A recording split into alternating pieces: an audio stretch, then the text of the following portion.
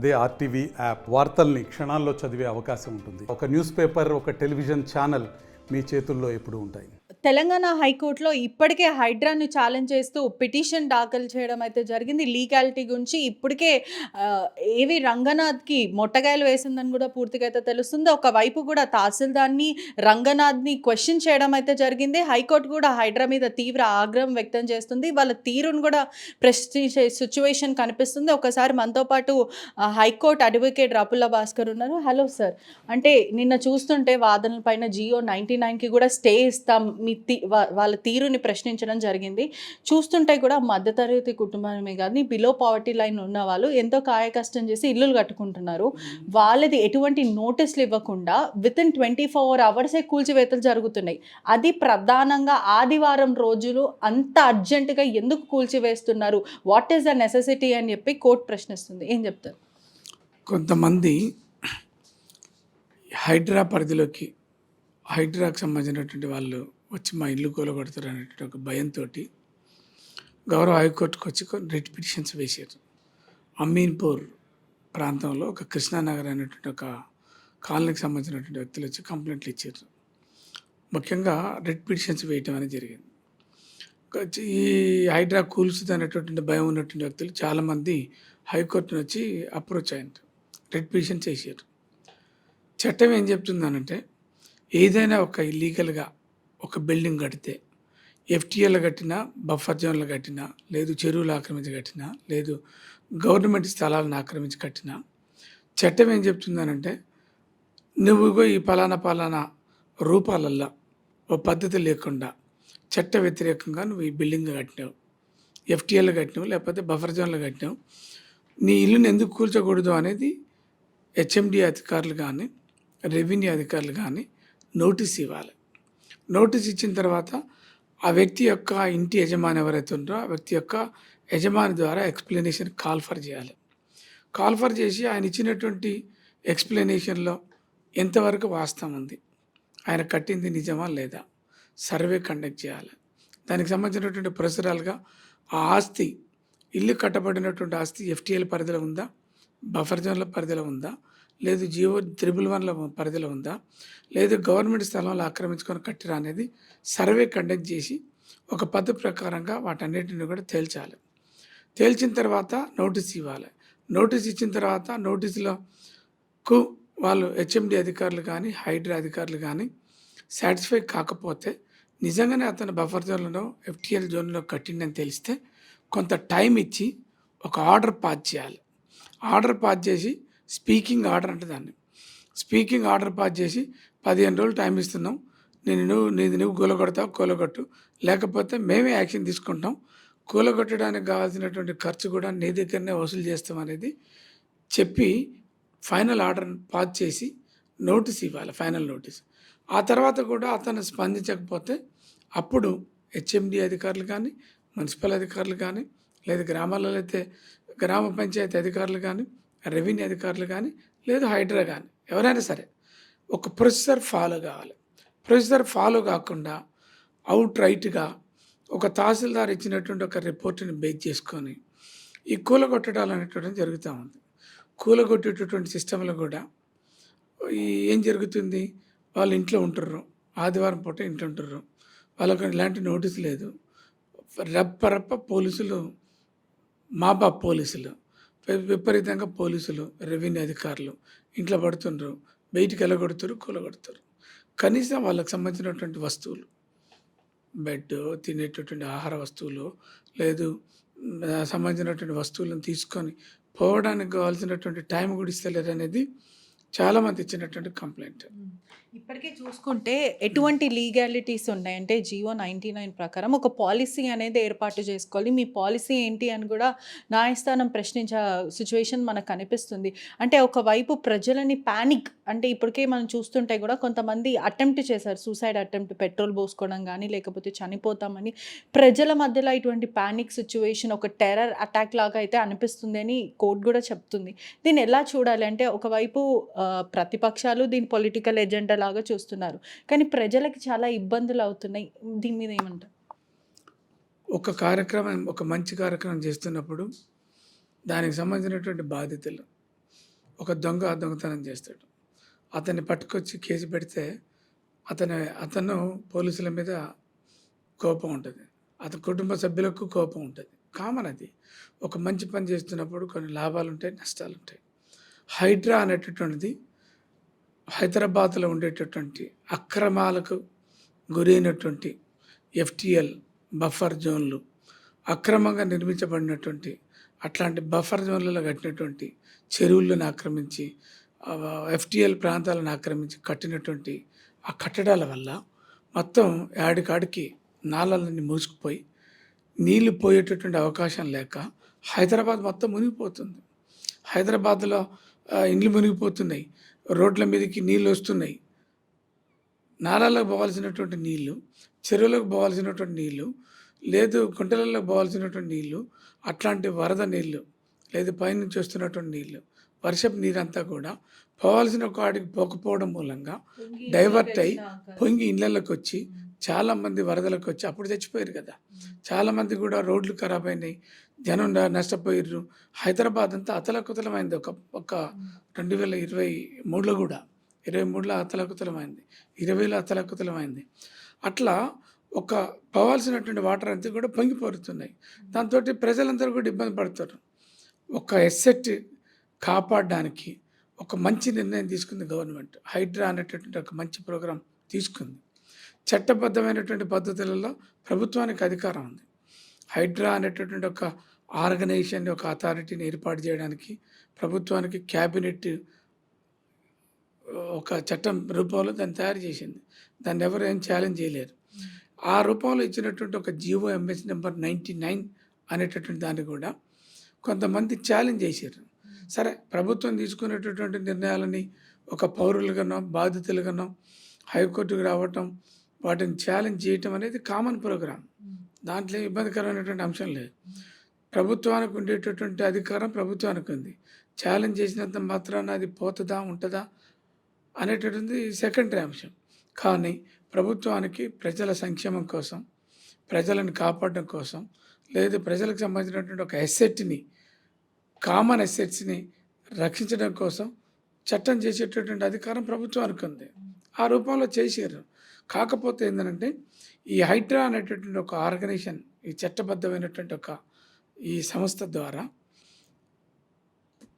FTL buffer జోన్లలో కట్టినటువంటి అక్రమ నిర్మాణాలని కూల్చివేయాల్సినటువంటి అవసరం ఉంది. దాంట్లో ఏం తప్పు లేదు, ఇబ్బంది లేదు. కానీ ఆ హైడ్రాను అమలు పరిచేటటువంటి విధానంలో చట్ట వ్యతిరేకంగా కట్టబడినటువంటి అక్రమ నిర్మాణాలను కూల్చివేసేటటువంటి సమయంలో కొన్ని నియమ నిబంధనలు పాటించడంలో హైడ్రా అధికారులు ఫెయిల్ అవుతారు. అందుకనే ఇదే హైకోర్టు హైడ్రా ఫస్ట్ మొదట స్టార్ట్ చేసినప్పుడు చాలా ప్రశంసలు ఇవ్వడం కూడా జరిగింది. అంటే అప్రిషియేషన్ ఉండే, అంటే వాటర్ బాడీస్ని కాపాడడం కోసం, ఎన్విరాన్మెంటే కానీ మైగ్రేట్ బర్డ్స్ని కాపాడడం కోసం హైడ్రా చేసేది ఖచ్చితంగా మంచిదే అంటూ సక్సెస్ఫుల్గా జరుగుతుందని కూడా కోర్టు చెప్పడం జరిగింది. కానీ ఇప్పుడు ఇదే కోర్టు మొట్టికాయలు వేస్తుంది, అంటే మీ తీరుని ప్రశ్నిస్తుంది, తీవ్రమైన ఆగ్రహం కూడా వ్యక్తం చేస్తుంది. సిస్టమ్ హైకోర్టు వారు కూడా గతంలో కొన్ని రిట్లు వేసినప్పుడు ఎఫ్టిఎల్లలో మీరు ఇల్లు కట్టుకుంటే ఎట్లా, లేదు బఫర్ జోన్లలో మీరు ఇల్లు కట్టుకొని మీరు చెరువులు ఆక్రమించుకొని ప్రజలకు డ్యామేజ్ చేస్తే ఎట్లా, ఒక పద్ధతి ప్రకారంగా ఒక అక్రమంగా నిర్మాణం చేసినటువంటి నిర్మాణాల మీద చర్యలు తీసుకుంటే తప్పేంటి అని ఒక ఆలోచనతో ఉన్నది. కానీ ఏంటంటే ఆదివారం నాడు గొలగొట్టడం, నోటీసులు ఇవ్వకుండా గొలగొట్టడం, కొన్ని కేసులలో హైకోర్టు వారు స్టేటస్ కో ఇచ్చారు, స్టే ఇచ్చిన తర్వాత కూడా కోర్టు ఇచ్చినటువంటి ఆదేశాలని అమలుపరచాల్సినటువంటి బాధ్యత హైడ్రా అధికారుల మీద ఉంది. కోర్టులో కేసులు ఉండగా, కోర్టు వారు ఇచ్చినటువంటి ఆదేశాలు పెండింగ్లో ఉండగా ఆగి కోర్టు ఆదేశాలను వేకేట్ చేసిన తర్వాత కొలగొట్టు. అంత తొందర ఏంది, అంత ఓవర్ యాక్షన్ ఏంది? నువ్వు కూలగొట్టేటటువంటి క్రమంలో ఎందుకు నియమ నిబంధనలు ఒక సిస్టమ్ ఉంది, దాన్ని ఎందుకు పాటిస్తలేరు? ఇప్పుడు ఒక ఉరి వేసేటటువంటి వ్యక్తి కూడా ఒక కోరిక ఉంటుంది. చివరి కోరిక ఏంటని అడుగుతారు. అడిగి అతని కోరికలు తీర్చిన తర్వాత కూలగొడతారు, చంపుతారు, ఉరేస్తారు. కానీ అంతకంటే ఎక్కువ దారుణం ఏముంది? మీరు తీసుకోండి, చర్యలు తీసుకోండి, చర్యలు తీసుకునేటటువంటి దగ్గర తప్పులేదు. కానీ ఒక చర్యలు తీసుకునేటటువంటి క్రమంలో ఒక హైరార్కీ ఉంటుంది. నోటీసులు ఇవ్వటం, ఎక్స్‌ప్లనేషన్ కాల్ ఫర్ చేయటం, తర్వాత ఫైనల్ నోటీస్ ఇయ్యటం, దానికి కూడా స్పందించకపోతే అప్పుడు చట్ట వ్యతిరేకంగా ఉండేటటువంటి అల్లీగల్ చట్ట వ్యతిరేకమైనటువంటి వాటిని కూలగొట్టండి. కానీ ఆ ప్రొసెసర్ ల్యాప్సెస్ ఉన్నాయనేది కోర్టు వారు ఐడెంటిఫై చేశారు. ఆ కోణంలోనే కొంత ఆగ్రహం వ్యక్తం చేయటం అనేది జరిగింది. మరోవైపు కూడా అధికారులని ఎవరైతే మీ పై అధికారులు ఉన్నారో పూర్తిగా మీ సుపీరియర్స్, మీ బాస్ని ప్లీజ్ చేసే ప్రాంతంలో ఇటువంటివి చేయొద్దు అని కోర్టు చెప్పిందా?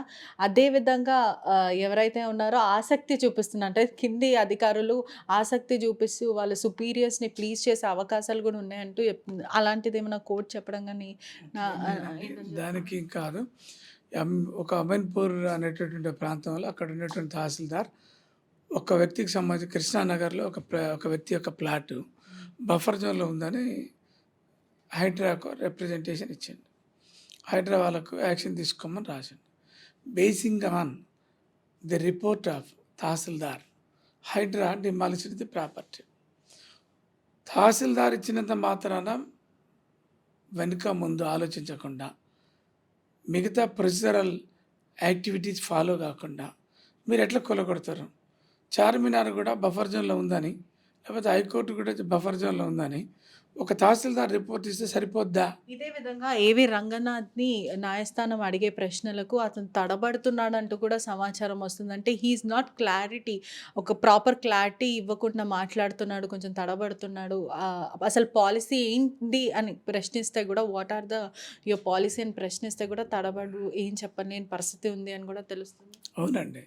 ఇప్పుడు అడిగండి, ఇట్లా ఒక తహసీల్దార్ ఇచ్చినటువంటి రిపోర్ట్ని బేస్ చేసుకొని కూలగొట్టడం ఎంతవరకు న్యాయం? తహసీల్దార్ ఇచ్చినటువంటి రిపోర్ట్తో పాటుగా ఆల్టర్నేటివ్ ప్రొసీజరల్స్ మీరు చేయండి, సర్వే అండ్ డిమార్కేషన్ కండక్ట్ చేయండి, దానికి సంబంధించినటువంటి అన్ని జాగ్రత్తలు తీసుకోండి. ఒకవేళ కూలగొట్టిన తర్వాత ఆ ఇల్లు బఫర్ జోన్లో లేదంటే పరిస్థితి ఏంది? అతనికి ఒక ఇల్లు కూలగొట్టిన తర్వాత తన పడ్డ కష్టం రూపాయి గొడబెట్టుకొని ఒక ఇల్లు కావాలని కొనుక్కుంటారు. చాలామంది కొనుక్కున్నారు, వారం రోజులలో కొనుక్కొని ఇంటి గృహప్రవేశం చేసుకొని వారం రోజులలో ఇల్లు కొలగొట్టారు. కొనుక్కునేటటువంటి వ్యక్తులు ఏం చేస్తారు? సహజంగా దీనికి రేరా అప్రూవల్ ఉందా లేదా, లేదు లేఅవుట్ పర్మిషన్ ఉందా లేదా, లేదు జిహెచ్ఎంసీ లేదా మున్సిపాలిటీ వాళ్ళు పర్మిషన్స్ ఇచ్చిరా లేదా, లేదు ఇది చట్ట వ్యతిరేకంగా ఉందా, చట్ట అనుకూలంగా ఉందా అని సహజంగా ఆలోచిస్తారు.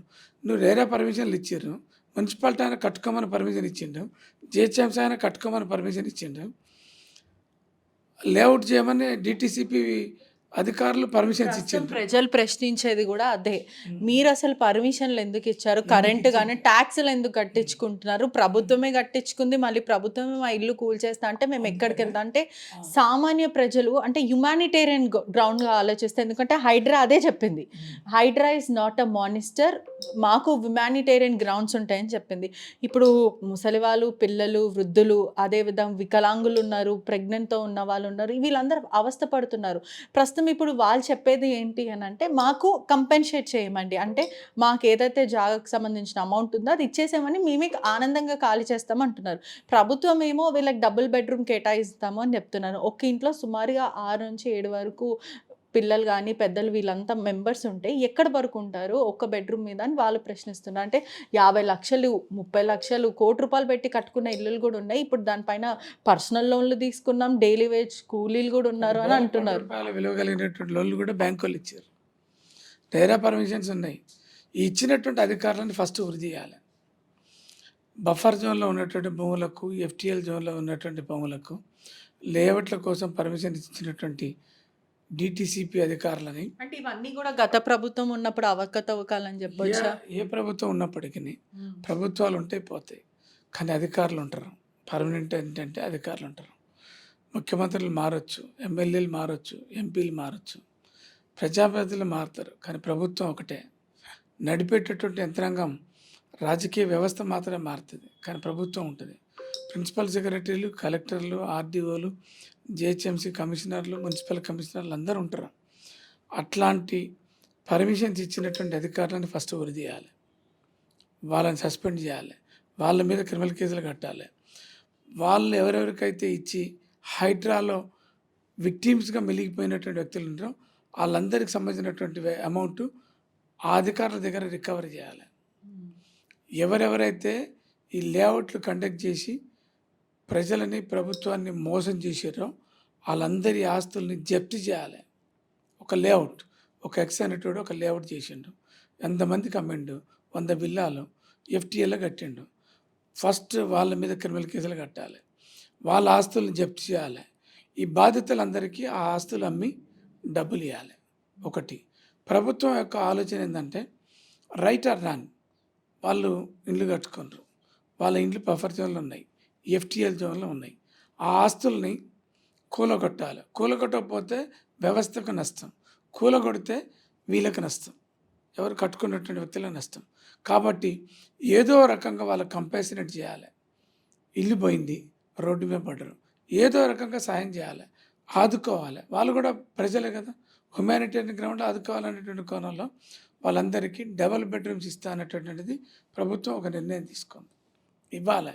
దాంతోపాటు వీళ్ళకు ఆస్తులు అమ్మినటువంటి వ్యక్తులందరినీ, ప్లాట్లు అమ్మి విల్లాలు అమ్మినటువంటి వాళ్ళందరినీ, బిల్డర్స్ లేదు రియల్టర్స్, ఎవరైతే ఒక వెంచర్కి సంబంధించినటువంటి యజమాని ఎవరైతుందో వాళ్ళందరి మీద కూడా క్రిమినల్ కేసులు కట్టాలి, వాళ్ళ ఆస్తులను జప్తు చేయాలి. ఈ బాధితులందరికీ కూడా డబ్బులు రికవరీ చేసి ఇప్పించాలి అనేది నేను ఒక న్యాయవాదిగా నేను ప్రభుత్వం దృష్టికి తీసుకొస్తాను అనుకుంటున్నాను. అదేవిధంగా మెజిస్ట్రేట్ కూడా చెప్పడం జరిగింది, ఎవరైనా సరే అధికారులు రూల్స్ అండ్ రెగ్యులేషన్కి అగేనెస్ట్ వెళ్ళినా వాళ్ళని చెర్లపల్లి జైలుకి పంపించే అవకాశాలు ఉంటాయని సీరియస్ వార్నింగ్ ఇవ్వడం కూడా జరిగిందని నోటీస్కి వచ్చింది. అవునండి, కోర్టు ప్రొసీడింగ్స్ జరుగుతున్నప్పుడు ఒక కామెంట్ చేయడం అనేది జరిగింది, కోర్టు వారు అనటం అనేది జరిగింది. ఇట్లా కోర్టులో కేసులు పెండింగ్ ఉన్నాక, ఒక స్టే ఆర్డర్ పెండింగ్ ఉన్నాక మీరు కూలగొట్టడం అనేది illegal. Contempt of courts act అంటారు దాన్ని. Contempt of courts act section 10 to 12 అనేటటువంటి ప్రొవిజన్స్ ఏం చెప్తున్నాయంటే, ఒక ప్రభుత్వం లేదు ఒక అధికారి ఇది చేయొద్దు అని కోర్టు ఇచ్చినటువంటి ఆదేశాలను బేఖాతరు చేస్తే దాన్ని డిజొబీడియన్సీ అనేటటువంటి పేరుతోటి కోర్టు భాషలో పిలుస్తారు, డిజొబీడియన్సీ అంటారు. లేదు non implementation of directions of the high court, high court ఇచ్చినటువంటి ఆదేశాలను బేఖాతరు చేయటం, పట్టించుకోకపోవడం, వాటిని కూలగొట్టడం వల్ల కోర్టు ఏం కామెంట్ చేసిందంటే, ఇట్లా చట్ట వ్యతిరేకంగా వ్యవహరిస్తే లేదు కోర్టు ఇచ్చినటువంటి ఆదేశాలని అమలుపరచకపోతే, మీరు కావాలని కూలగొడితే కోర్టుకు అధికారం ఉంది, చెర్లపల్లి జైలు పంపుతాం, అవసరమైతే చెంచలగూడ జైలు పంపుతాం. అట్లాంటి అధికారులు అనేది అట్లా రొటీన్గా నడుస్తున్నటువంటి క్రమంలో కోర్టు వారు అనటం కామెంట్ చేయడం అనేది జరిగింది. ఒకవేళ అధికారులు చట్టబద్ధంగా చేశారంటే వాళ్ళని డిస్మిస్ చేసి అంటే సస్పెండ్ చేసే అవకాశాలు కానీ ఇంటికి పంపించే అవకాశాలు ఉంటాయా? అధికారులు కాక ప్రభుత్వం అధికారులు కోర్టు ఇచ్చినటువంటి ఆదేశాలను అమలుపరచకపోతే కంటెంప్ట్ ఆఫ్ కోర్ట్స్ యాక్ట్ కింద జైలు పంపుతారు, పంపొచ్చు, అధికారం ఉంది, హైకోర్టుకి అధికారం ఉంది. పిటిషన్ వేసిన తర్వాత కౌంటర్ని దాఖలు చేయమని ఏవి రంగనాథ్కి కానీ తహసీల్దార్కి చెప్పడం జరిగిందా కోర్టు? చెప్పిందండి. ఒక ఇదంతా కౌంటర్ లేకుండా చర్చ జరిగింది, వాదాలు ప్రతివాదాలు జరిగినాయి. డీటెయిల్గా కౌంటర్ ఏమని కోర్టు వారు డైరెక్షన్ ఇచ్చారు హైడ్రా కమిషనర్కి, తర్వాత సంబంధిత తహసీల్దార్కి. మొత్తం మీద కూడా ఇది ఒక పొలిటికల్ ఎజెండా లాగా కనిపిస్తుంది. అంటే ప్రతిపక్షాలు వచ్చి మాట్లాడుతున్నాయి, ఇటువైపు నుంచి మాట్లాడుతున్నాయి. ఏదైనా ప్రభుత్వం తీసుకుంది నిర్ణయం ఏదైతే ఉందో వాటర్ బాడీస్ని కాపాడడానికి తీసుకుంది, కానీ ఏ విధంగా ప్రజలు చూడాలి? ఎందుకంటే ప్రజలకు కూడా ఇది ఒక పొలిటికల్ డ్రామానే కానీ లేకపోతే అన్యాయం అయిపోతుంది అనే దాంట్లో ఉన్నారు. అసలు ప్రజలు ఎలా చూడాలి ఇది? ఒక మంచి ప్రయాణం చేస్తున్నప్పుడు, ఒక మంచి నిర్ణయం తీసుకున్నప్పుడు, ప్రజలను కాపాడాలనేటువంటి ఒక కోణంలో ఒక నిర్ణయం తీసుకున్నప్పుడు దాంట్లో కొంతమంది బలి అవుతారు. వాటర్ బోర్డ్స్ని కాపాడాలి, ఎఫ్టీఎల్ ప్రాపర్టీస్ని కాపాడాలి, లేదు బఫర్ జోన్లో ఉన్నటువంటి ఆస్తుల్ని కాపాడాలి, వాటన్నిటిని కూడా రిమూవ్ చేయాలి, వాటర్ బోర్డుని కాపాడాలనేది మెయిన్ కాన్సెప్ట్. దాంట్లో కొంతమంది కాంగ్రెస్ వాళ్ళు ఉన్నారు, ఆక్రమించుకున్న వాళ్ళు, దాంట్లో కొంతమంది బీఆర్ఎస్ వాళ్ళు ఉంటారు, కొంతమంది ఇతర పార్టీలలో కూడా ఉంటారు. పార్టీలు అనేటటువంటిది పక్కకు పెడితే అదొక మంచి సంక్షేమమైనటువంటి కార్యక్రమం, వాటర్ బోర్డ్స్ని రక్షించేటటువంటి కార్యక్రమం. ఇప్పుడు నాగార్జున సాగర్ ప్రాజెక్టు కట్టిండ్రు, కొన్ని లక్షల ఎకరాలకు భూములు ఇచ్చారు. కానీ ఆ ప్రాజెక్టు కడుతుంటే ఎంతోమంది ప్రమాదాలలో చచ్చిపోయారు. ఆ ప్రాజెక్టుని కట్టడానికి ప్రభుత్వం ల్యాండ్ ఎక్వైరీ చేస్తే ఎంతోమంది పేదలు వాళ్ళ రైతులు వాళ్ళ భూములు పోయినాయి. రోడ్డు మీద వాళ్ళు ఎలా కూలీ చేసుకుంటారు. ఒక ప్రయోగం చేసినప్పుడు, ఒక మంచి ప్రాజెక్టుని అమలుపరిచేటప్పుడు దాంట్లో లాభాలు ఉంటాయి, నష్టాలు ఉంటాయి. ఇక విమర్శలు అంటారా, ప్రతిపక్షాలు అనేటువంటి వ్యక్తులు ప్రభుత్వం ఏం పని చేసినా దాంట్లో ఉండేటటువంటి మైనస్ని బేస్ చేసుకొని, డీమెరిట్స్ని బేస్ చేసుకొని వాళ్ళు ప్రతిపక్షాలు గోల చేయటం అనేటటువంటిది, కామెంట్ చేయటం, ధర్నాలు ఆందోళన చేయటం అనేది సహజమైనటువంటి అంశం. ఇవాళ జియో 99 మీద వాదనలు ఉండబోతున్నాయి. ఎటువంటి వాదనలు ఉండొచ్చు? ఉంటాయండి. The GO issuance of GO 99 and establishment of HYDRAA is illegal అనేది కొంతమంది ఛాలెంజ్ చేశారు. ఛాలెంజ్ చేయడానికి తప్పే ఉండదండి, ఛాలెంజ్ చేయడానికి ప్రతి పౌరుడికి రైట్ ఉంది. కానీ ఆ జియో 99 ఇష్యూ చేసేటటువంటి విధానంలో క్యాబినెట్ తీసుకున్నటువంటి ఒక నిర్ణయం, దాన్ని అంత తొందరగా అంత ఈజీగా హైకోర్టు వారు జోక్యం చేసుకోకపోవచ్చు. ఒక మంచి నిర్ణయం తీసుకునేటటువంటి క్రమంలో తప్పులు జరుగుతుంటాయి. ఆ తప్పుల్ని అధిగమించాల్సినటువంటి బాధ్యత ప్రభుత్వం మీద ఉంది. ప్రజలకు డ్యామేజ్ జరగకుండా ఒక టెక్నికల్గా హైరార్కీ పాటిస్తూ హైడ్రా అధికారులు వాళ్ళ యొక్క కార్యక్రమాలను చేసుకోవాలి. ప్రజలకు డ్యామేజ్ జరగకుండా రూల్ ఆఫ్ లా, ప్రొసీజరల్ లా రెండు ఫాలో కావాలి. చేసుకుంటే ఏ ఇబ్బంది ఉండదు. అయితే 99 అనేటటువంటి జీవోని అంత ఈజీగా కోర్టు దాన్ని తీసేస్తుంది అని నేను అనుకుంటలేను. Let us wait and see. ఇప్పటికే చూస్తున్నట్టయితే కూడా హైడ్రా మీద సీరియస్ వార్నింగ్ హైకోర్టు ఇవ్వడం అయితే జరిగింది. పూర్తిగా రూల్స్ అండ్ రెగ్యులేషన్ని పాటించాలి అంటూ ఆగ్రహం వ్యక్తం చేయడం అయితే జరిగింది. ఒకవైపు చూసుకుంటే కూడా ప్రజలు అతలాకుతలం అవుతున్నారు, వాళ్ళొక ఆందోళన వ్యక్తం చేయడం అయితే జరుగుతుంది. చూడాలి అసలు ఈ రోజు ఎటువంటి వాదనలు హైకోర్టులో ఉండబోతున్నాయి. కెమెరామెన్ విజయ్తో పట్రిషా రిపోర్టింగ్, RTV హైదరాబాద్. మరిన్ని వీడియోస్ కోసం ఛానల్ ని సబ్స్క్రైబ్ చేయండి, లేటెస్ట్ అప్డేట్స్ కోసం వాట్సాప్ ఛానల్ ని ఫాలో చేయండి అండ్ లింక్ డిస్క్రిప్షన్ లో ఉంది.